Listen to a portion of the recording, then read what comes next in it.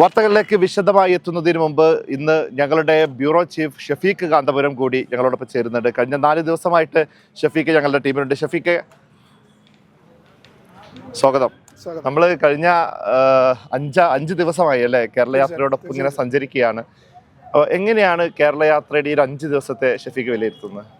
വലിയൊരു സന്ദേശവുമായിട്ട് കാന്തപുരം ഉസ്താദ് നടത്തുന്ന ഈ യാത്ര നമ്മൾ 4 ജില്ലകൾ പരിശോധിക്കുന്ന സമയത്ത് കാണാൻ കഴിയുന്നത് വളരെ വലിയ ഒരു ആവേശം ജനങ്ങളിൽ ഉണ്ടാക്കിയിട്ടുണ്ട് എന്നുള്ളതാണ്. അതിൽ എടുത്തു പറയേണ്ട 1-2 കാര്യം എന്ന് പറയുന്നത്, നമ്മൾ കേവലം ഒരു യാത്ര എന്നതിനപ്പുറത്തേക്ക് വളരെ ക്രിയാത്മകമായിട്ടുള്ള നിർദ്ദേശങ്ങൾ സമാഹരിച്ചുകൊണ്ട് സർക്കാരിലേക്ക് സമർപ്പിക്കുന്ന ഉൾപ്പെടെയുള്ള കാര്യങ്ങൾ ആയിട്ടാണ് സംഘാടകർ മുന്നോട്ട് പോകുന്നത്. അതിൽ ഓരോ ശ്രേയ സംഗമങ്ങളിൽ ഉരുത്തിരിഞ്ഞു വരുന്ന നിർദ്ദേശങ്ങൾ അത് സർക്കാരിലേക്ക്, മുഖ്യമന്ത്രിക്കും ഉൾപ്പെടെയുള്ള സർക്കാർ സംവിധാനങ്ങളിലേക്ക് സമർപ്പിച്ചുകൊണ്ട് മുന്നേറാനാണ് നേതാക്കൾ പരിശ്രമിച്ചുകൊണ്ടിരിക്കുന്നത്. അപ്പോൾ അതിൽ നമ്മൾ എടുത്തു പറയേണ്ട കാര്യം എന്ന് പറയുന്നത്, ഓരോ ജില്ലയിലും നമ്മൾ പരിശോധിക്കുമ്പോൾ അഭൂതപൂർവമായിട്ടുള്ള ഒരു ജനക്കൂട്ടത്തെ നമ്മൾ എല്ലാ സ്ഥലത്തും കാണുന്നുണ്ട്. അപ്പോൾ അതിൽ എല്ലാവിധം ആളുകൾ, പ്രവർത്തകർക്ക് പുറമെ പൊതുസമൂഹം ഉൾപ്പെടെയുള്ള ആളുകൾ ഇതിലേക്ക് നന്നായിട്ട് ചേർന്ന് നിൽക്കുന്നു എന്നുള്ളതാണ്. നമ്മൾ ഇതിൻ്റെ ഒരു സന്ദേശത്തിൽ ഉൾക്കൊണ്ടുകൊണ്ട് തന്നെ, സന്തോഷത്തിൻ്റെ മഹത്വം ഉൾക്കൊണ്ടുകൊണ്ട് തന്നെ ഇത്രയും പൊതുസമൂഹം ഇത് ഏറ്റെടുത്ത് കഴിഞ്ഞു എന്നുള്ളതാണ്. അതായത് നമ്മൾ മനുഷ്യർക്കൊപ്പം എന്നാണ് നമ്മൾ പറയുന്നത്. അപ്പൊ മനുഷ്യർ നമ്മളോടൊപ്പം നിൽക്കുന്നുണ്ട്. തീർച്ചയായിട്ടും അതാണ് നമുക്ക് ഇത്രയും ദിവസം 4 ദിവസമായിട്ട് യാത്ര പുരോഗമിക്കുമ്പോൾ നമുക്ക് കാണാൻ കഴിയുന്ന ഒരു വസ്തുത.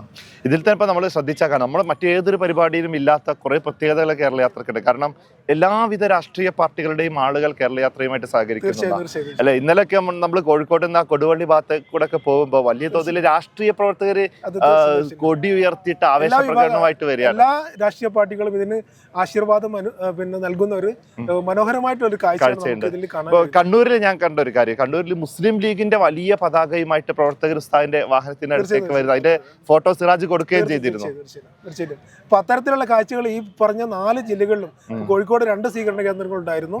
അപ്പോൾ ഈ 4 ജില്ലകൾ പിന്നിടുമ്പോഴും വളരെ മനോഹരമായിട്ടുള്ളൊരു കാഴ്ചയാണ് മുൻകാലങ്ങളിന് അപ്പുറത്ത് നമുക്ക് കാണാൻ കഴിഞ്ഞിട്ടുള്ളത് എന്നുള്ളതാണ്. കഴിഞ്ഞ 2 കേരള യാത്രകൾക്കപ്പുറം പുതിയ ഒരു സന്ദേശം ഉൾക്കൊണ്ടുകൊണ്ട്, പുതിയ സന്ദേശമൊന്നല്ല, നേരത്തെ ഉള്ള സന്ദേശം കൂടുതലൊരു ഊട്ടിയുറപ്പിക്കുന്ന രീതിയിലുള്ള ഒരു പ്രവർത്തനങ്ങളുമായിട്ടാണ് നമ്മൾ ഈ സംഘാടകർ മുന്നോട്ട് പോകുന്നത്. അതിനനുസരിച്ചുള്ള ഒരു റിസൾട്ട് നമുക്ക് വീതികളിലൊക്കെ തന്നെ നമുക്ക് കാണാൻ കഴിയുന്നുണ്ട്. ഇനിയിപ്പോ നമ്മൾ നാളെ പോകുന്നത് നീലഗിരിയിലേക്കാണ്. വയനാട്ടിലെ തണുപ്പ് എങ്ങനെയുണ്ട്? അത്യാവശ്യം തണുപ്പുണ്ട്, എങ്കിലും അതിലും തണുപ്പാണ് ഗൂഡല്ലൂരിൽ എന്നാണ് പറയുന്നത്. അപ്പൊ തണുപ്പുകൊണ്ട് തന്നെ നമ്മുടെ ശബ്ദത്തിനൊക്കെ പ്രശ്നങ്ങളുണ്ട്. അപ്പൊ എന്തായാലും നമുക്ക് പ്രേക്ഷകർക്ക് വാർത്തകളിലേക്ക് പോവാം.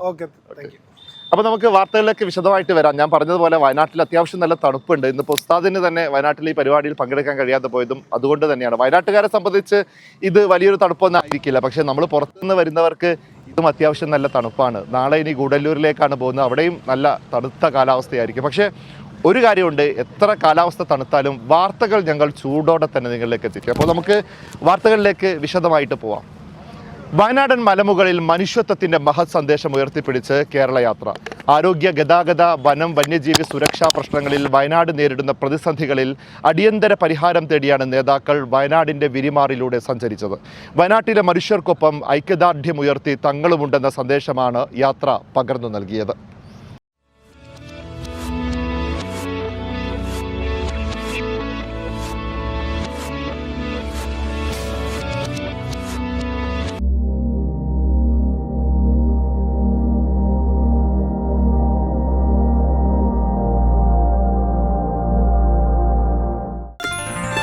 waytonikah.com, the exclusive Muslim matrimonial site.